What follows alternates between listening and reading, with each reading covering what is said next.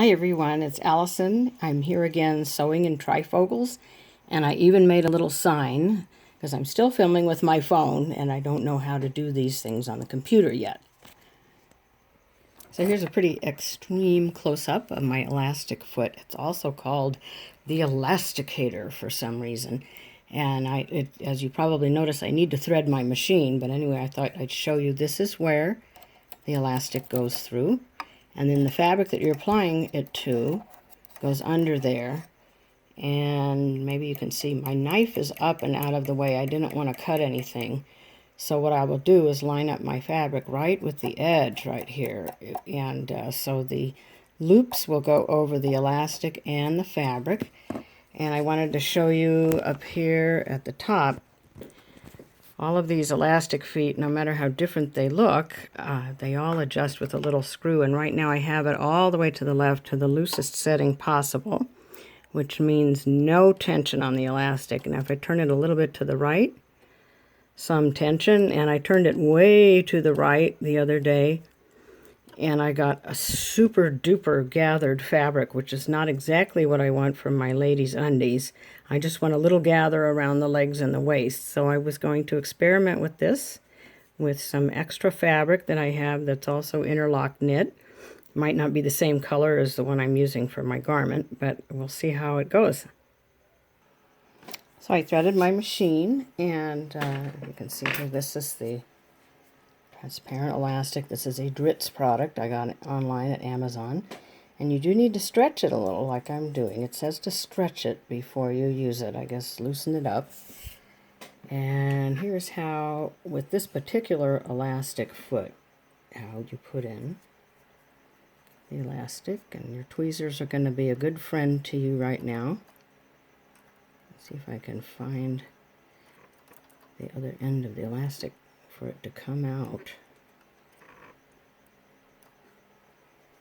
Well, actually, I forgot. You can kind of do this from the side, which is a lot easier. I forgot about that. There we go. And we have, right now I don't have any tension set on it at all. And so we put it through here. Not the easiest task, actually.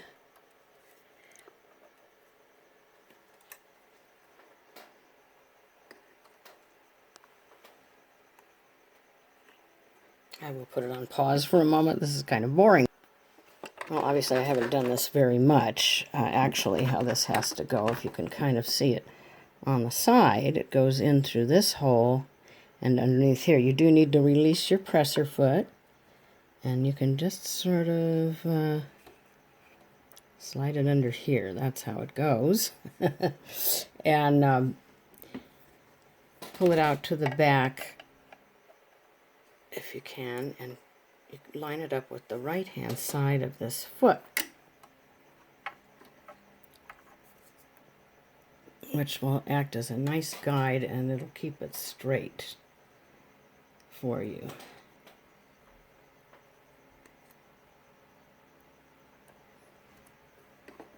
Now you can tell I haven't used this very much.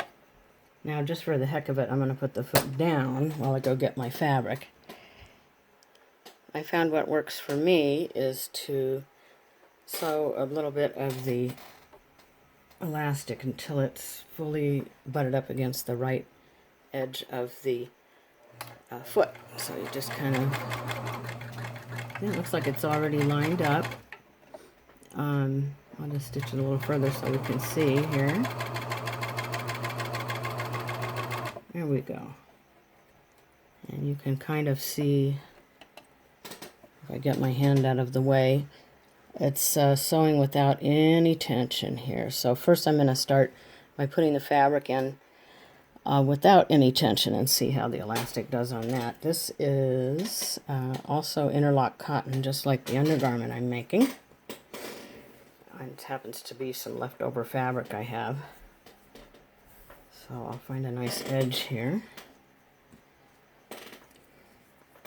and stitch a few stitches and see what happens.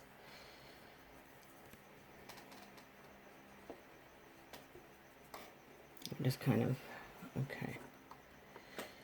Okay, we'll start. It's good to kind of sort of guide it this way too. You can kind of see I'm sort of making sure that the elastic is over to the right hand side of the foot. And I have my cutter down because I'm probably going to do several test samples, so I don't want to have to cut them with my scissors.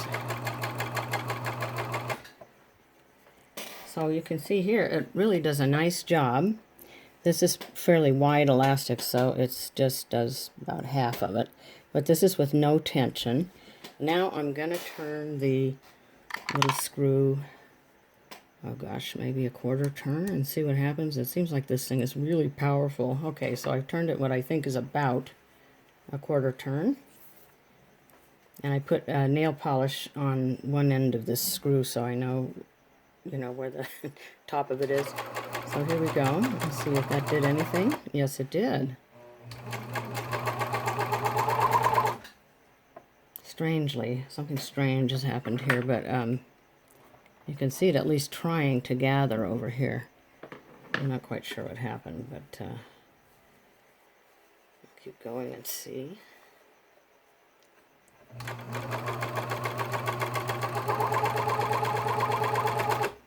Seems to be skipping some stitches, and I'm not sure why, but let me tighten this down a little bit more and see what happens.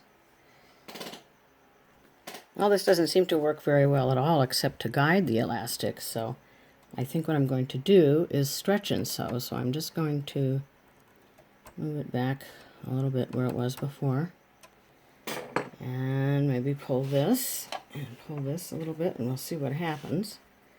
This is better than using pins, I have to say, but I don't know.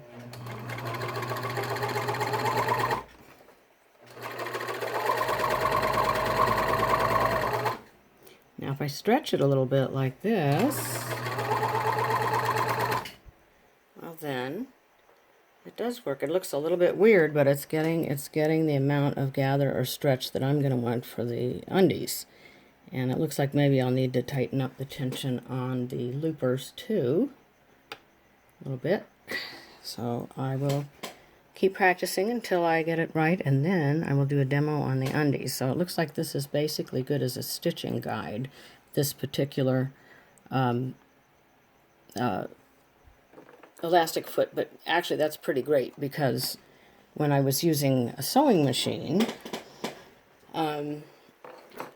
for some reason on my sewing machine, the foot that I would use to hold down elastic and the needles and the tension didn't like each other, so I was using a great many pins instead, and I got a good result, but it's much more of a hassle to have all these pins. Oops. Okay, so all I'm going to do right now, just for laughs, I am going to put in some fabric and just lightly stretch the tape from the front because it seems to be very well held down at the back. The clear elastic, I mean, is very well held down at the back. So I don't think I'm going to need to have to pull it from the back. And it's already got itself onto the elastic, the stitching. So we'll see if that works. If that works, that's pretty cool because this is a very nice foot to the way that it guides. So here you can see I'm pulling on it. Whoops, I pulled it right out of the guide here. But anyway, let me move this a little bit so everybody could see what the heck's going on. Okay, so now I'm going to just start pulling just a little bit.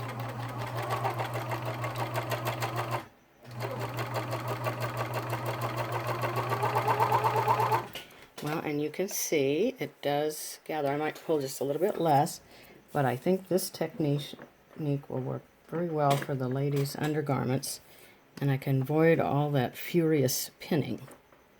And like I said, this is the same material. Now I'm going to just let go of it and see what it does. So I did turn the screw. I think I turned it all the way back to no tension at all. One thing I did do here on my Simplicity Serger is that I lowered the tension on everything to 3.5. So I figure I'm pulling on elastic and everything, maybe you need lower tension. So let's see what happens here. I'm just going to gently pull just a little bit. You can see that it does gather. And that's probably about the amount of gather that I'm going to want. So I will practice a little more with this. And like I said, that's perfectly fine.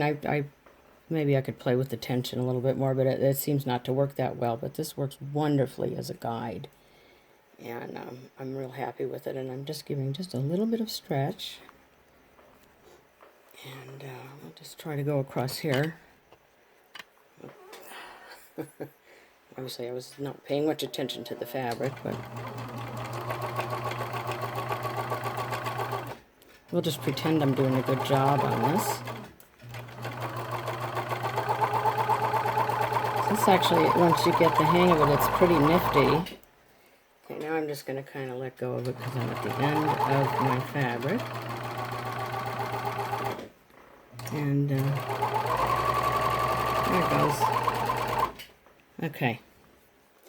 So, let me snip it off, and you can see here, that is just about what I want my undergarments to do.